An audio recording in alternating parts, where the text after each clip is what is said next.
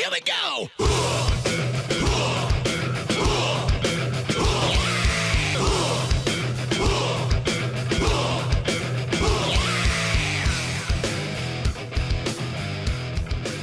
Welcome to Close Combat.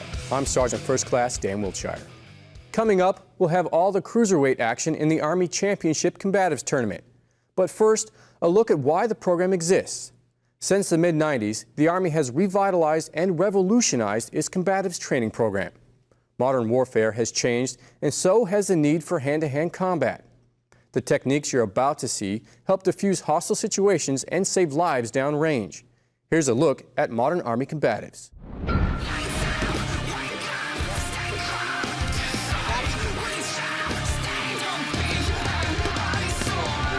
The Modern Army Combatives program is as much about developing warrior ethos and confidence and agile adaptive leaders as it is about developing fighting skills.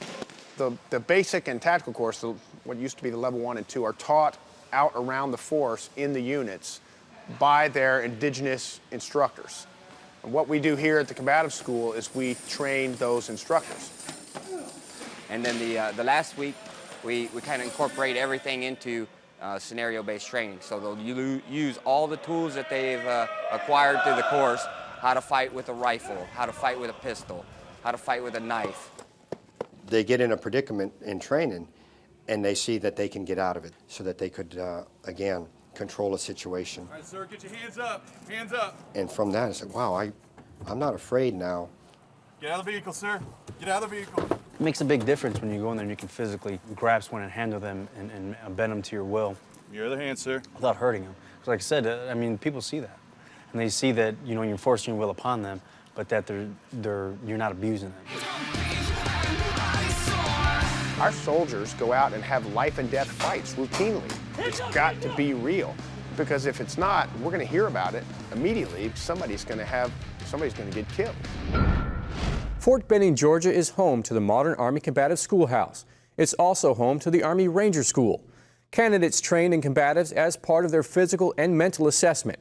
Take a look. Well, hey, where you going to? I'm not done with you. Tell me what you want to do. Never been afraid of you. Just because you walk around. The first 3 days is our Ranger assessment phase. And what that is we basically test them physically to see if they'll have the physical ability to complete the entire Ranger course. But it's really all about their leadership and their mental ability. The third night, we road march out from here out to Camp Darby. It's about 15.5-mile road march for them. And then once we get there, we basically weeded out all the week, and now we start right into the training. So then they'll start going through the patrolling. That's when they'll really get into the sleep deprivation, the food deprivation, so we can put that little bit of stress on to simulate combat stress, and then we'll see how they perform. You better watch with the stare. I see you coming uncut. Come on and get some. Well, they'll be entering and clearing rooms in Florida phase, and they're going to run into an opponent, and they're going to have to take them down using combatives techniques. And we'll bring them in here, we'll test their leadership skills, we'll give them some new techniques to learn, and really the biggest thing for Ranger School is you learn about yourself. And that's what each one of these soldiers is going to do. They're going to learn how they react when they're lacking sleep, when they're lacking food, and when they're under those stressful conditions. They learn that they can actually make decisions, make the right decisions, and lead other soldiers. We're starting to hit the mental hump right now. Like I said, they've been up since about 2 this morning. They won't get to bed tonight until about midnight. And then they'll be back up about 2 again. So they're going to start working on about 2 to 4 hours of sleep for the next 60 days. Just because you walk around, everyone you're talking down, don't you even make a sound. I will drop you to the ground. Just knowing that you're taught to defend yourself is always a good thing to have, because you never know what situation you may find yourself in regular day life. Especially if you're working law enforcement, you know, you never know when you can come into, I guess, physical contact with somebody, and it's always a good skill to have. So, because you just never know what could happen at any time.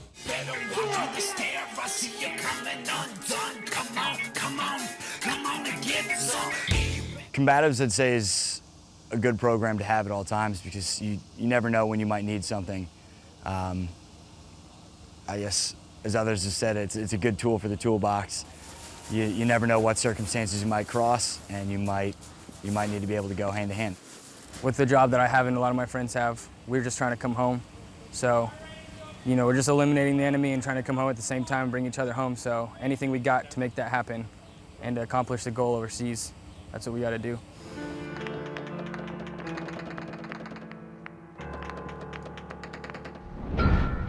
Up next, a closer look at female fighters and their secret to defeating their male opponents in the ring. Plus, we're ringside for the Cruiserweight finals at the Army Combatives Championship.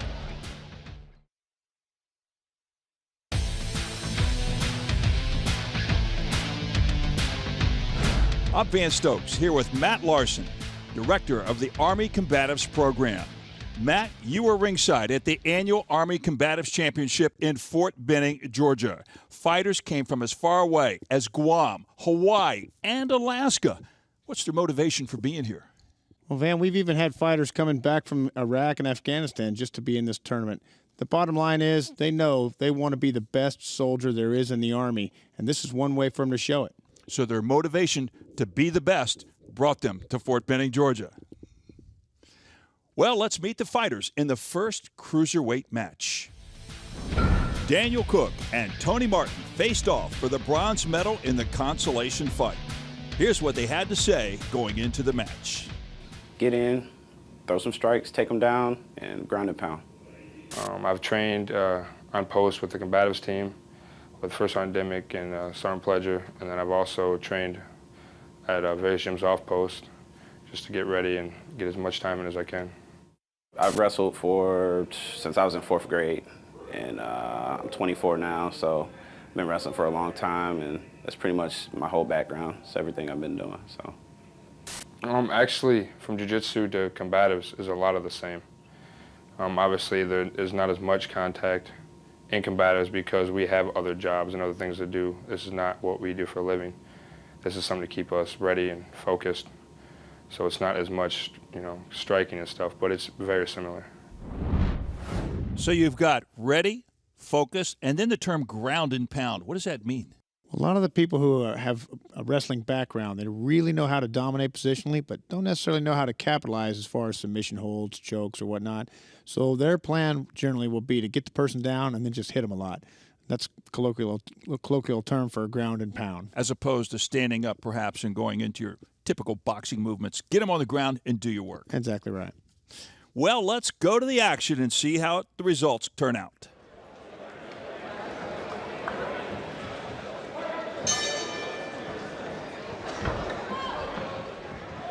Daniel Cook in the red belt and Tony Martin in the blue belt. Martin from Fort Lee, Virginia, and Cook, Fort Richardson, Alaska. Fort Lee, Virginia is very interesting. That's the Army's Quartermaster Corps headquarters. And one of the things about combatives is that it takes off in the places you might not expect. In fact, several years ago, I went to Fort Lee, and I was inspecting the training, and I went and saw what they were doing there. And some of those things were so good, so much better than were happening anywhere else, that we made them the Army standard. So it's really, combatives is spread throughout every portion of the Army, even the portions you wouldn't imagine. Well, you talk about one Army, one team, and one fight. So whether you're a logistician at Fort Lee or whether you're an infantry soldier, say at Fort Benning or in Fort Richardson, the name of the game always comes back to combat. That's right. A soldier is a soldier. And, imagine all the fights in the past, Battle of the Bulge and early parts of the Iraq War. Every soldier's liable to be the one who needs these skills. Finds themselves entering a building or their convoy ambushed.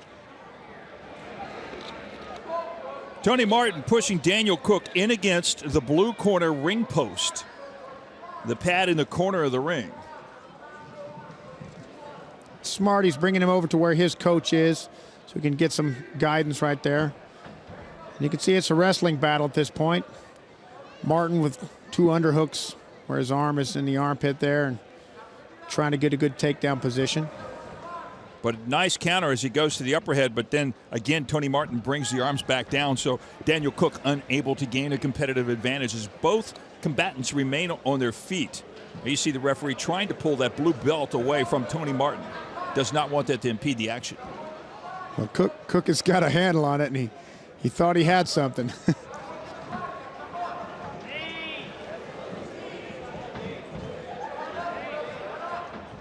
So objectively, this one comes out a little difficult. We're working a 10-point must system, and there you see a couple of striking glancing blows, I should say. But on the 10-point must system, 3 judges, each at different sides of the ring. Each judge will give the winner of each round 10 points, and then the loser 9, 8, 7, whatever, accordingly. That's correct. And right now, you'd have to say there's no dominant advantage. Yeah, nobody's winning at this point. Not much has happened. You can tell that Cook wants it to be a striking fight. He's trying to get some space, but Martin keeps sucking him in tight, looking for that takedown. Well, I just go back to his comments that he talked about prior to the start of this round. Ground and pound. Well, the operative word there is ground, so he's having a hard time with that one as we speak. Well, that he is. Tony Martin would. You can see, too, that's a good shot of how their posture is. When your hips are back like that, it's the time for knee strikes. And as they figure it out, they'll start landing them up in there. But can you get a Can you get a pull down, Matt, if you got an overextension such as Daniel Cook might be at this point? Can you get a yank and then a pull down, perhaps, and then a quick turnaround? It is, but their weight and their balance is only relative to each other. So you can pull him down, but if you're all bent over too, it's difficult. There's a quick strike. And the lift by Tony Martin. But again, back to a very neutral standing position. How important is strength versus, say, technique? Well, strength and size are factors in any fight. They're attributes, just as skill is an attribute, and they can work to your advantage. But there's a lot of people who say, strength and strength doesn't really matter, but they're basically wrong. It does. As does quickness and a few other attributes, conditioning and so forth. Well, right now you've got Tony Martin in the top position over Daniel Cook, and you see a little blood on the face of Daniel Cook. It's hard to say where that's coming from. Martin was having a hard time freeing that arm, his right arm, but now he's got it free, and you can see how he's using his shoulder there to pressure Cook's chin to keep his head pushed away. That's one way to control his hips and the rest of them. If you can control their head, you can control their whole body. Now talk about their uniforms, their competitive uniforms real quick. Well, they're both wearing the Army's ACU bottoms, which is the Army combat uniform, because at the end of the day, soldiers fight wearing their uniforms, and that's what they really need to do. Looks like he's mounted here. Mounted is some striking blows to the head as this period comes to an end, and as they went down into the final seconds of the first period, Matt, it almost looked like those final blows might have turned the tide in the favor of Tony Martin as they go into the break. I would imagine if I was judging, I would have given that round to Martin, but it was very close, so a 10-9 round at the most. Cook was very competitive in the clinch, landed just as many blows when they were on their feet, but it did seem like Martin was the aggressor. And right now, you get a look at Daniel Cook. What do you think his coaches have to say? I would imagine his coaches are telling him to get some range. Well, let's see if we can hear a little bit. Fight your fight. Get back in the clinch. All right? Hey, you feel good? Man, you feel good, man. You look good. Keep doing it. That's Monty Massey in the corner there of Tony Martin. He's the coach of the Fort Lee team. Started out as a paratrooper in the 173rd Airborne Brigade over in Vicenza, Italy. And now Tony Martin, assigned Quartermaster Group, 111th Quartermaster Group at Fort Lee, Virginia. But he brings his skills that perhaps he developed maybe in Vicenza, now into Fort Lee, and now into this competition. Round number 2 underway. You can see Cook trying a little harder to use that jab, wanting to keep some space.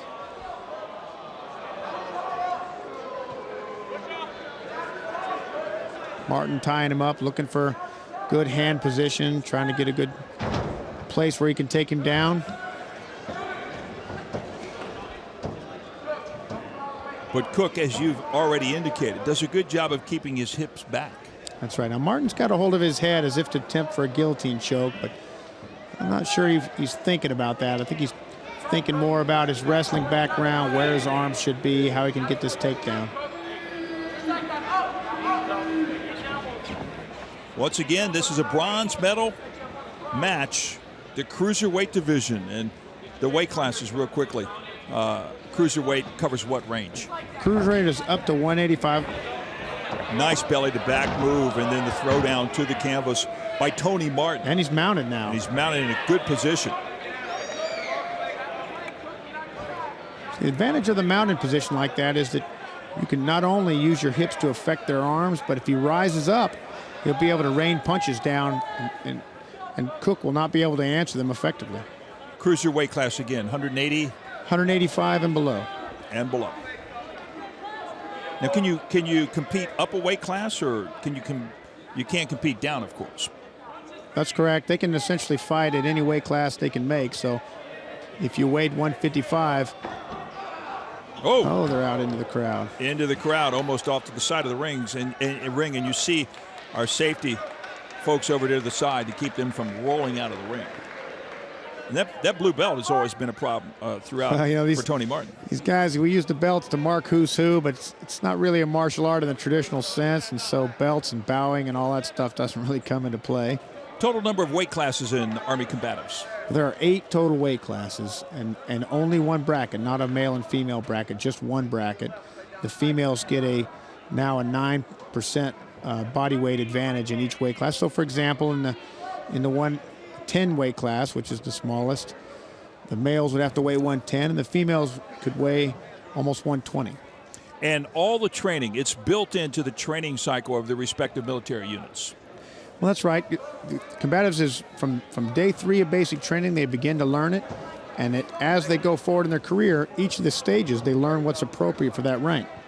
For example, when a captain is at the school he's going to go to prior to taking over a company, which is about a 150-man unit, he learns different things than somebody who's about to be taking over a fire team, which is only 5 people. So he would learn how to run a program, how to host competitions.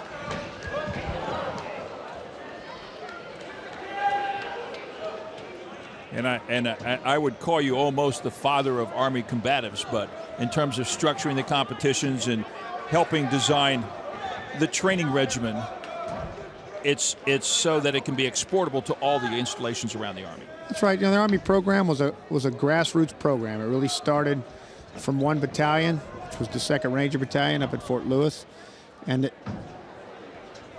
grew from there, and now it's the whole Army. Tony Martin, very aggressive right now on the body attacks, takes Daniel Cook to the mat. Under 1 minute remaining here in round number 2. Cook fighting from the bottom position. Looks like they're going to move him out to the center. Bring him back to the center. They've fought with the edge of the ring throughout this period, have they not? That's right. That's one of the disadvantages of fighting in a ring. The edge it's not really designed for this, and so you see that they have problems when they get in the ropes. Now, when you're fighting down range, you're in a room most of the time. The hand-to-hand happens a lot in the current wars because of the fact that we're fighting in urban areas. And when you go into a room that's maybe 8 feet by 8 feet, it's not a marksmanship contest in there, it's a fight. Right now, Daniel Cook has a fight on his hands as he remains in the bottom position. And Tony Martin on the top, under 10 seconds. You hear the pounding of the canvas. Cook pretty flat on his back. He's got to get off of his back if he's going to be anything effective from down there. And there's the bell to end round number 2. So Tony Martin will go back to his corner as Daniel Cook will go back to the red corner. Let's give a listen to Tony Martin, see what we can pick up. Come on. Keep those hands up. Keep those hands up. Right? Keep your hands up. Keep the cranks going again. All right. You do what you get. Remember, we're not going to win this fight in 1 second. Right? Don't stall it out. Make sure you press the fight. You get side control again. Throw a couple things, throw a couple punches, but just don't sit on top of it. Stay semi-active. You don't have to be 1,000 miles an hour. Drive too, okay? Just press the fight. Keep your hands up. Don't sit on top of him. I mean, they've got to feel right now that he's in a very good position.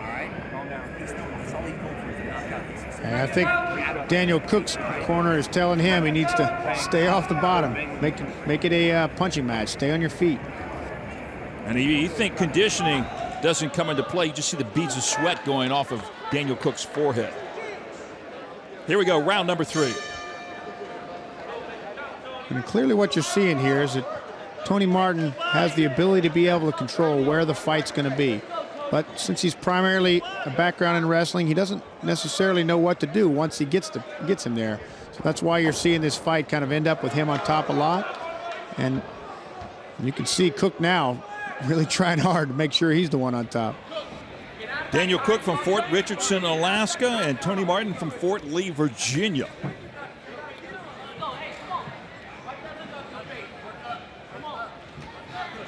And we're here at Fort Benning, Georgia.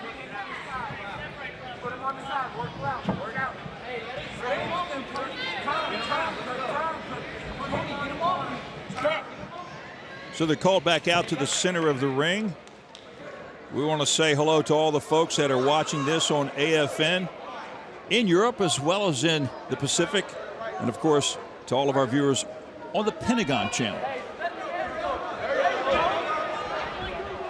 Glad we could be bringing you this event from Fort Benning. And you can sit on your opponent, not just on the mat, but in a grip and hang, a little bit like Tony Martin's doing right now. Front body lock, double arm lock. Well, if Martin knew to do it, he could be eating him up with knee strikes to the body there.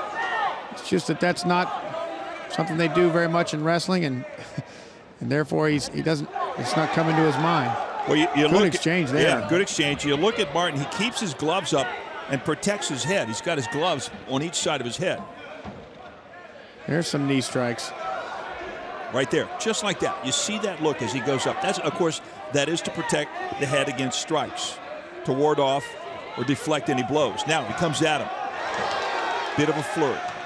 Woo! There comes Daniel Cook. But credit Tony Martin, he knew how to neutralize that. Look at this. Got him in the air. Oh.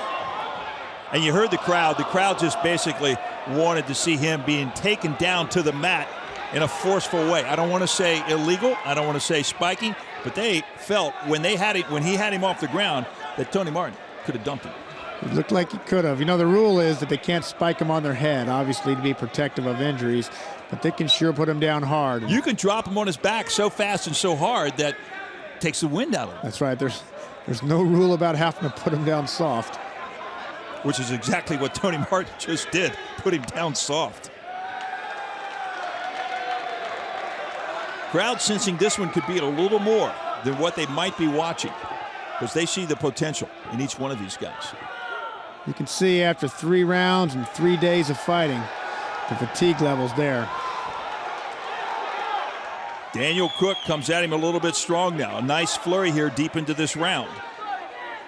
And you almost saw a backhanded elbow earlier by Tony Martin as he came back around like that. I think it was inadvertent. Elbow strikes are against the rules, but and the reason they are is because elbows, what they really do is open up cuts, and there's no sense in having that's just extra injuries. Remember, you know, these soldiers sometimes they even come back from the war zone to fight in this tournament, so it's we have to be kind of protective of them. And a number of these combatants have had multiple deployments. That's right. I don't know how many these two have had, but pretty much everybody in the finals today has been to the war zone more than once. A lot of hugging, a lot of hanging on right now, and again, conditioning and gas become factors. Overhead. Boy, that's a roundhouse by Daniel Cook. Have you seen Cook come on enough in this round, perhaps? Well, he might be winning this round, but Martin is still the aggressor. He's still mostly dominating every time they get tied up. And he also has the ability to tie up whenever he wants to shut down those punches. I think if I was one of the judges, I'd be looking for Cook to do a little more. Third and final round of this 3-round contest, under 1 minute, 50 seconds remaining. Here's the knees. You can see from that posture, his body's wide open in knee strikes. And you talked earlier about Tony Martin's ability to deliver the knee blows. There you saw him become a little more aggressive. That's right, and the interplay between strikes, knee blows, takedowns, each of those things plays in order to, you know, maybe if he was landing some more knees, he'd be having an easier time with that takedown. Right now, leaning on is Tony Martin. They go under 20 seconds over against the ropes. You've got to think that both of these combatants probably feel in their mind like this could go either way. And here we go, 10 seconds left. Good shot. Daniel Cook comes on strong. But Tony Martin moves in to neutralize it as time expires. And the bell sounds to end round number 3. Yeah, Cook had a flurry there at the end, but I think too little too late. Pretty much Martin dominating most of the fight. So let's see how this one comes out on the cards. The winner by unanimous decision in the red belt from U.S. Army Alaska, Daniel Unanimous Cook. decision. Wow. That is a little difficult. As we took a look at that. Correction. Whoa. Correction in the blue belt. From Fort Lee, Tony Martin. All right, unanimous decision. Now we got it. Unanimous decision. Tony Martin of Fort Lee, Virginia, gets the nod, getting the decision of all 3 judges. Yeah, I was a little surprised when they raised Cook's hand. I was thinking maybe he did land more strikes, but I'm glad it came out Martin. I thought he took all 3 rounds. Yeah, well, we talked about that as they were going through it. You thought possibly Cook might have come on and taken round number 3, but it would have been 2 rounds to 1, basically, instead for Martin. And I think even then, I think Martin took the last round as well. Cook, I think, too little too late in that round. And it looked like when they were standing in the corners that they both still had plenty left to go. Maybe he should have brought more of it to the table. And mentally, I really believe that Tony Martin also competed very well mentally, not just physically. I agree. He paced himself. He dominated most of the fight, controlled the position throughout. Let's hear from our winner. All right, good match. So what went through your mind when you won? I don't know. I was just surprised. I listened to my coach, tried to tie him up and work my game. You got any shout-outs for anybody out there? I want to throw a shout-out to Fort Lee, Virginia, my wife, my family, and throw a shout-out to my coach. Yeah. All right, congratulations. Back to you. So the bronze medal match in this cruiserweight division goes to Tony Martin, and he's probably glad he's going to get that eye a chance to heal now. Yeah, you could tell there in the after thing that he had taken a few shots in that fight. Well, that he has. Coming up later in the show, we'll be back with all of the action from the gold medal fight in the cruiserweight division. Stick around. There's more to come on Close Combat.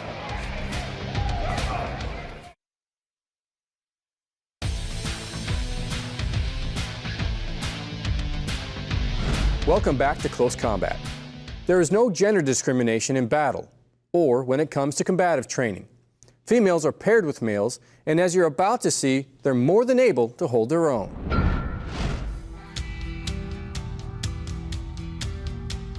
It started when I went to level 1, and it caught my attention. It's just not a lot of females that do combatives, and then just getting used to throwing around guys, and it's more like showing the guys that females can do combatives also. I started doing anti-attack, anti-rape courses, and then I started teaching, and from there it just kept going on until I finally said I want to compete at the age of 17, got my parents to sign my contract, and competed. One of my old NCOs, he was like, you should go, train, and then I wanted to do level 1 and level 2, and then I did the tournament at Fort Hood, and then they opened up the new weight class, which is like 110 bantamweight. And the coaches were like, hey, I think you would do really, I think you'll do well. And why don't you just try it? And I was like, what the heck?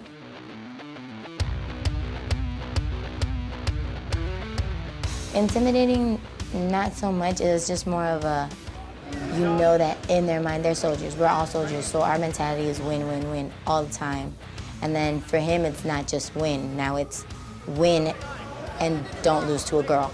They can't really hold you down, and it's really easy to squirm out of their locks and stuff, and they're so big, and it's hard to keep you down sometimes, but unless they get all their weight on you, yeah, it's pretty hard. For me, it's to prove a lot of guys that a lot of females can do it too. And it is all about the technique. It isn't, they show you different ways to get around. Of course, if smaller, and like the instructors are always giving advice. If you haven't done it, I guess it could be, but for me it's not, because I've trained with males, I've rolled with them constantly, and it's just, it's another one of the things that you're going to deal with in a tournament that's co-ed.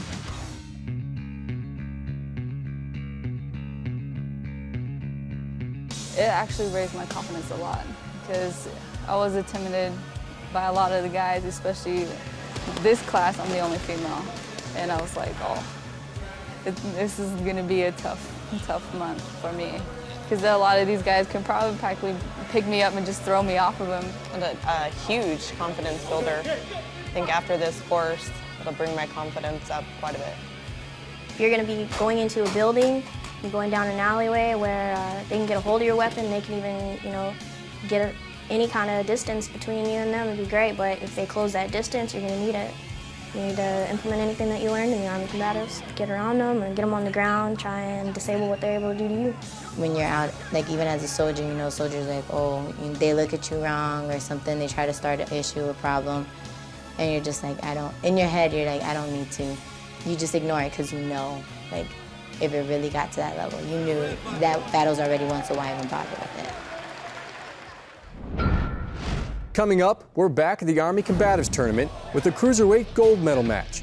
Plus, this year's championship trophy has special meaning to the Combative Schoolhouse. That's up next on Close Combat.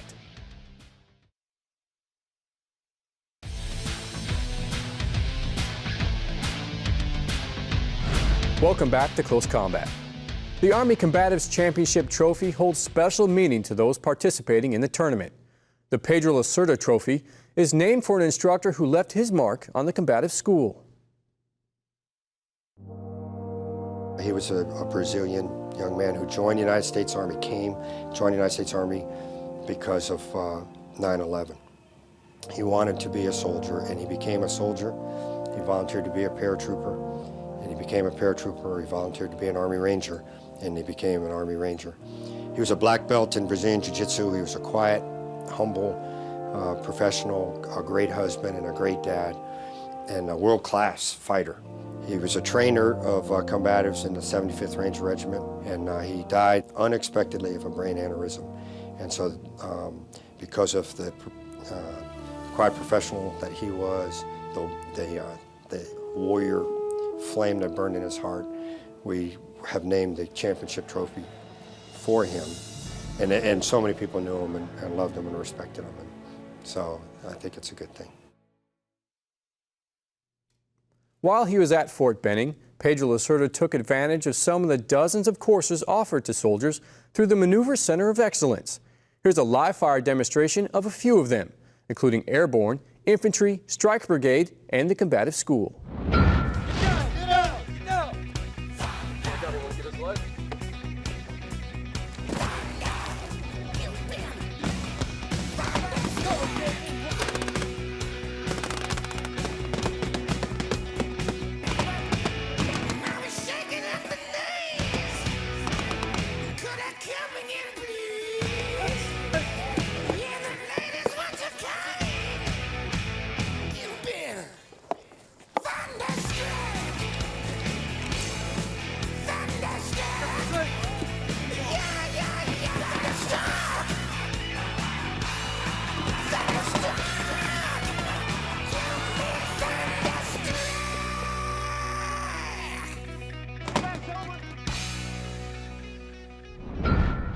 Up next, we're back ringside for the Cruiserweight Championship fight in the Army Combatives Tournament.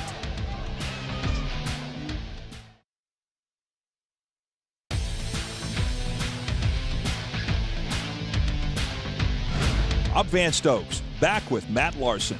Now, for the final fight in the Cruiserweight division, let's meet the fighters. Jason Norwood and Jacob South fought for the gold in the championship. Here's their pre-fight strategy. Well, when I got into fighting, I started level 2 and level 3 at Fort Knox. I was a drill sergeant down there for mobilization. And I came here in 07. I took it in 07. I got back home to Utah and I've just been training jiu-jitsu and MMA as much as I can. And then they weren't able to send me back in 08 to fight. So I just kept training and fought in 09 last year. I fought at 170 and I won that. And now I'm just back again, trying to keep my title at 185, so we'll see what happens. Modern Army Combatives completes the weapon system, and that's what it is. Each soldier is a weapon system. It's not just the M4 they carry, and it's not just for artillery guys. It's not just the cannon that they may operate. It's each soldier individually is a weapon system, and we complete that. So we make it so that soldiers can, handle their opponent, the enemy, whether it be 3 feet away or in artillery world with cannons 30 kilometers away. From that entire range, we can handle opponents, and Combatives completes that. So, Matt, you heard them discuss their strategy. You heard their mindsets. What can you tell me about these contestants? Well, these are both former champions. Each one of them won more than once, and they're also pretty experienced soldiers. And so what you're seeing is that these guys really have it. They know what we're doing here. In the end, the arena is not the goal. The battlefield is the goal, and that's what they're focused on, even as they're walking into the fight. Well, they each seem to have that common perspective on the way Combatives fits in to the total Army picture. Well, let's get to the action.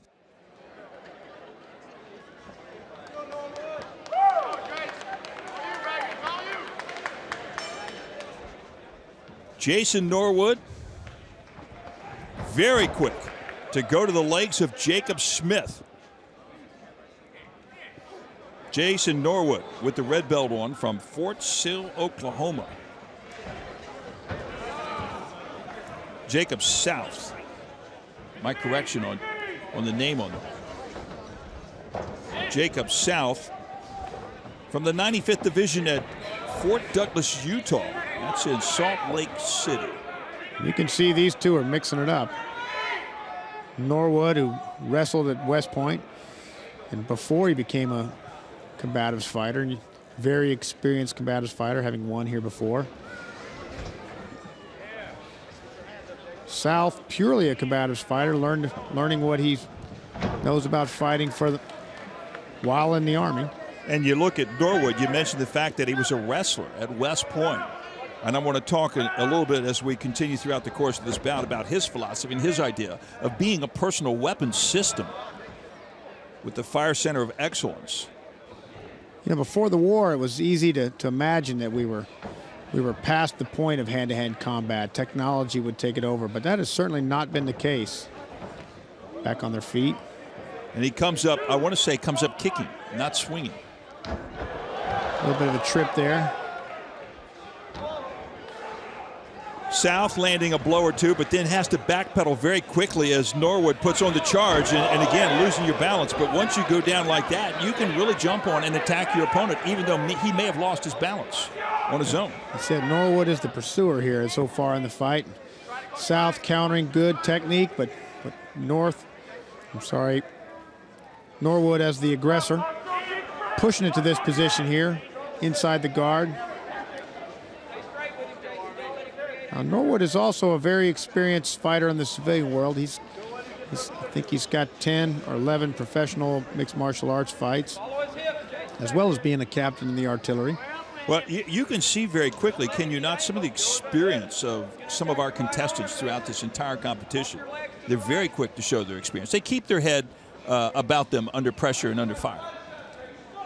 Yeah, these fighters, they've been at it for a long time, and you heard South saying he won in 07, and he's been training for a while. These guys really know what they're doing. You can see Norwood using his hips there to push that leg down and turn the angle on that guard, making some space to be able to land punches. Looks like they're getting them back to their feet. Well, you also saw Norwood put his hands up in the air like that, signifying that, asking the ref basically going to bring us back in the standing position. He kind of likes that as they get into a bit of a slugfest. First off of one side of the ring, then back to the other. South doing a very good job of keeping it where he can throw punches.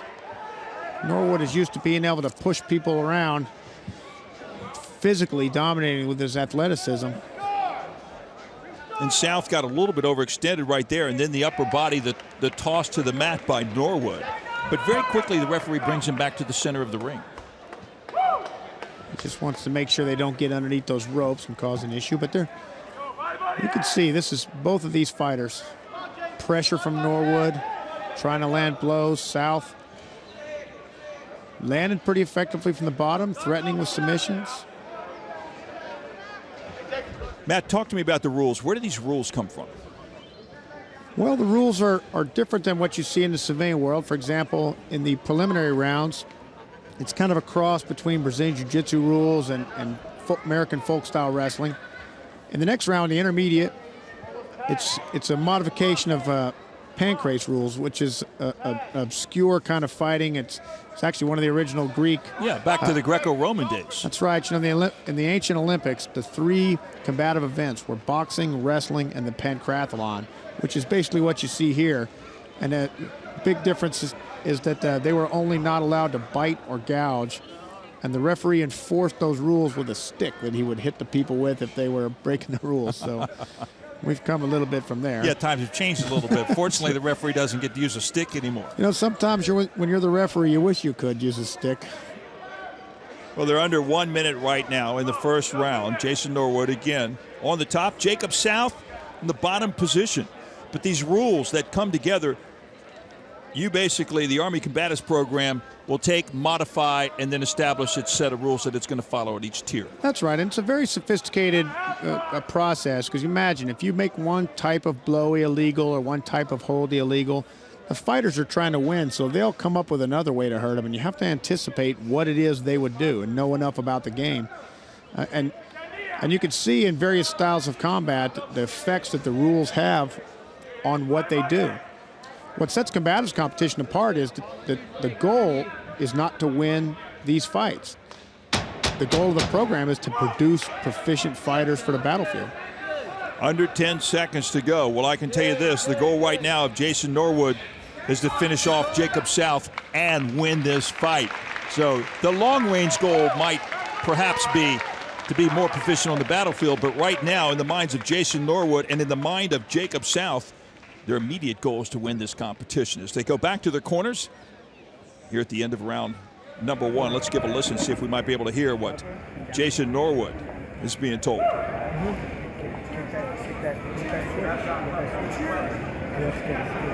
His coach there is Chris Big Daddy Perkins. Used to run the Fort Sill program, but now runs the Fort Hood program. So it's interesting to see him coaching the fighter from Fort Sill. So what do you think Big Daddy Perkins has to say right now to his combatant, Jason Norwood? I think if I was him, I'd be telling him to open it up. Norwood's doing a good job of pressing, keeping in a dominant position, but he really needs to open the fight up so he can show his real abilities.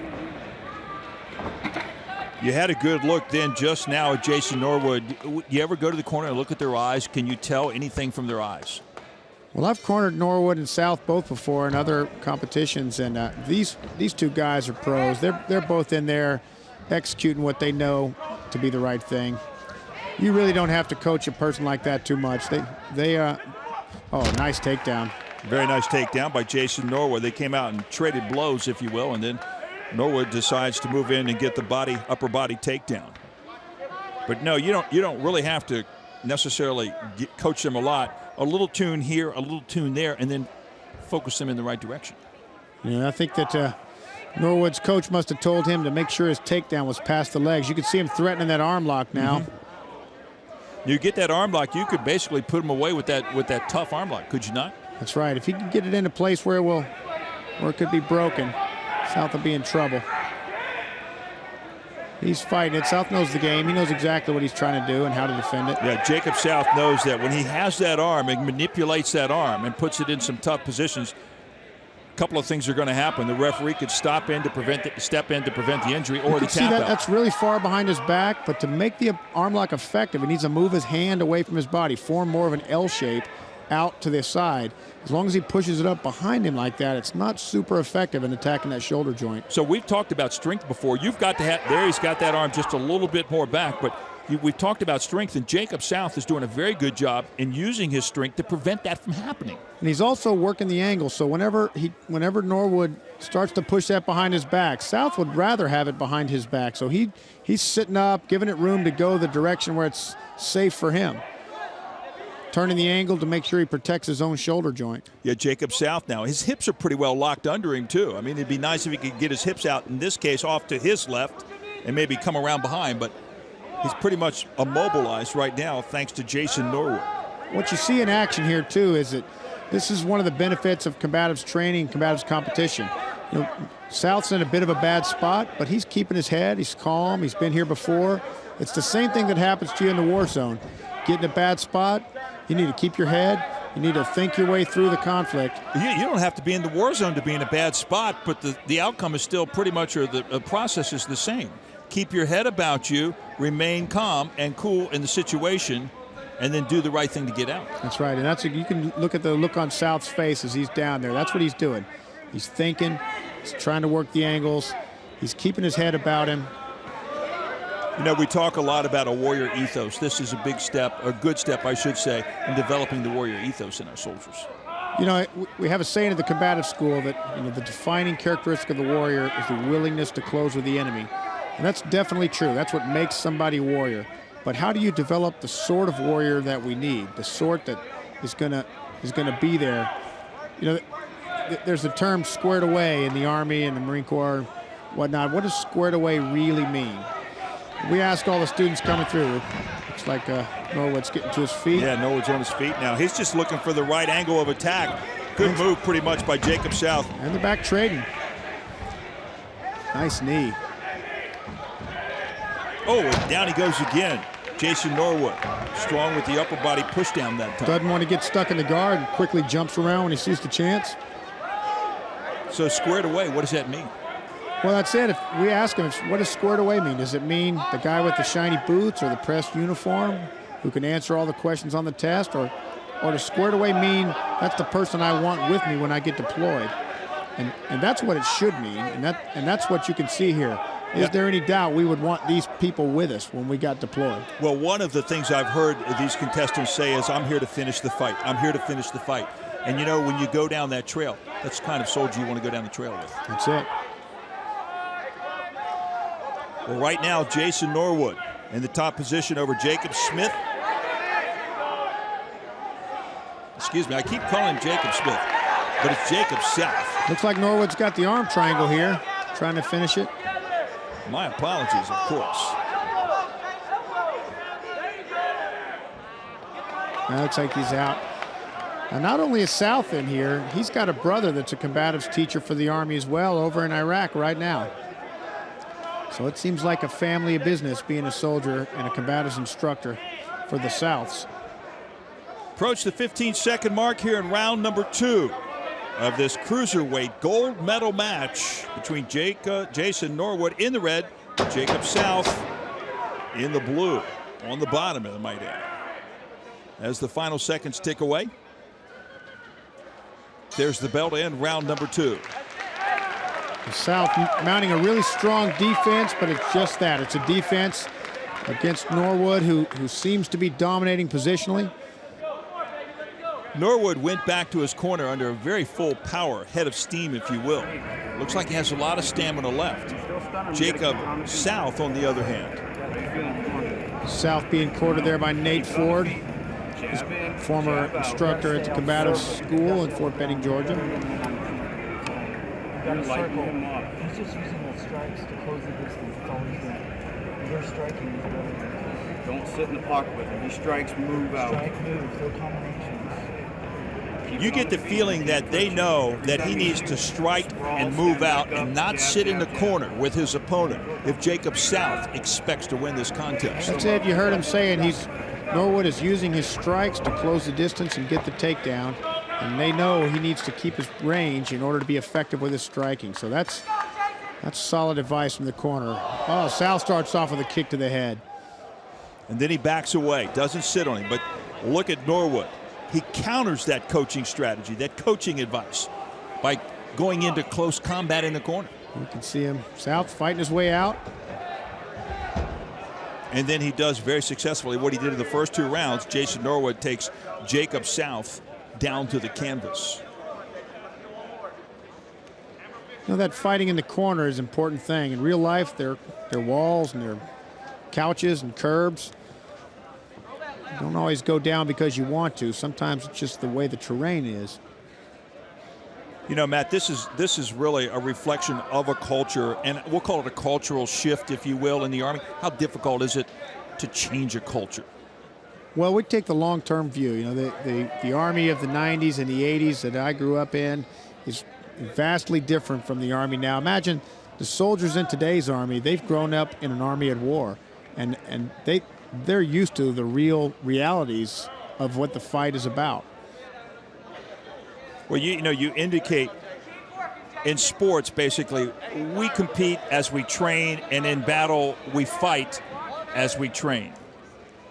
You know, you play as you practice, you fight as you train. So as much realism, the culture changes when we can liken the training environment to the actual environment that we're going to find on the battlefield. That's true. And you know, in the combatives world, there's a debate always about whether sportive competition pulls you away from combative reality, and it undoubtedly does. You'll notice they're not biting each other's nose off, or nobody has a knife on their belt. And those are the realities of fighting. So although this is very close to a fight, it's not a real fight. And we have to, oh, there's some good hammer fist. We have to keep focused on the fight. Army units are not only required to have competition, but also scenario-based training for their unit mission. So we can take all this energy and all this skill and direct it towards what we need to accomplish. From a theoretical framework, too, you've got rules of engagement, and here you have rules of Army combatives. And there you see the good hammer strikes to the head right now by Jacob South, who's fighting out of the bottom position. South's trying to threaten an armbar, but it's not working. Yeah, you heard South in his pre-fight interview talking about adjusting to the various rules and the levels of competition. Well, that's exactly right. You have to have your head about you to make sure the techniques you're using are allowed, and that's the same mentality as fighting within the rules of engagement. That's a good scramble. Good scramble. Jason Norwood did a good job of getting around behind Jacob South and then taking him on down to the canvas. South reaching in for that attempted bent armbar there. I don't think he's going to get it. Round number 3, deep into round number 3. And if Jason Norwood continues to do what he's been doing through this round, as he did through the first 2 rounds, you would tend to think that the nod easily could go to Norwood over South. I think South is putting up a valiant defense. He's doing really good. He's obviously got the skills. It's just being dominated a little bit physically, and Norwood's superior takedown ability seems to be telling the tale. I mean, you want to know who the aggressor is and who is taking the fight to their opponent versus who's on the receiving end. That's also possible to win from the bottom. It's unlikely, but if you're the one giving the damage. Valiant effort right there by Jacob South. South trying to take down the wrestler. And settling on his back again. You know, that's the thing about fighting. You don't ever want to be on your back. But when you fight somebody who's beating you on the takedowns, or you fall down over the curb or get pushed over the couch, sometimes you are, and you have to have a good defense. Sometimes what you're saying is sometimes on the battlefield and sometimes in life, you will be on your back, period. That's right. If you don't know how to fight from that position, you're in a hurt locker. Under 40 seconds remaining, this the final determining round of this cruiserweight gold medal bout. Jacob South back on the bottom position from Fort Douglas, Utah, and Salt Lake City, and Jason Norwood again on the top. Norwood working that arm lock on the far side there. Yeah, good view of it. You see the blood right there on the arm of Jacob South. That looks like it might have come from the mouth. Under 10 seconds to go from the mouth of Jason Norwood. But Norwood, a good lock on the arm. That's probably the way this is going to finish. Let's see South defending that. And I think it's over. It's over. Norwood knew where he was on the clock. And as he let up, South goes ahead and makes the turn, but it comes at the end of round number 3. Pretty solid submission attempt there at the end. A little bit late, though. I think it's pretty clear that Norwood won all 3 rounds. At least that's what I would have said if I was a judge. Although South, a former champion, you could see he had his mind in it to the very end. Was there fighting away. And that's a good observation, Matt. I think Jacob South stayed in that bout mentally. He stayed in that bout physically. He found himself on the bottom a lot. The winner of the cruiserweight, in the red corner from Fort Sill, Jason Norwood by unanimous decision. So Jason Norwood has his hands raised as the winner of the gold medal bout in the cruiserweight division. For Matt Larson and the entire broadcast crew, I'm Van Stokes. We'll see you next time on Close Combat. Here we go.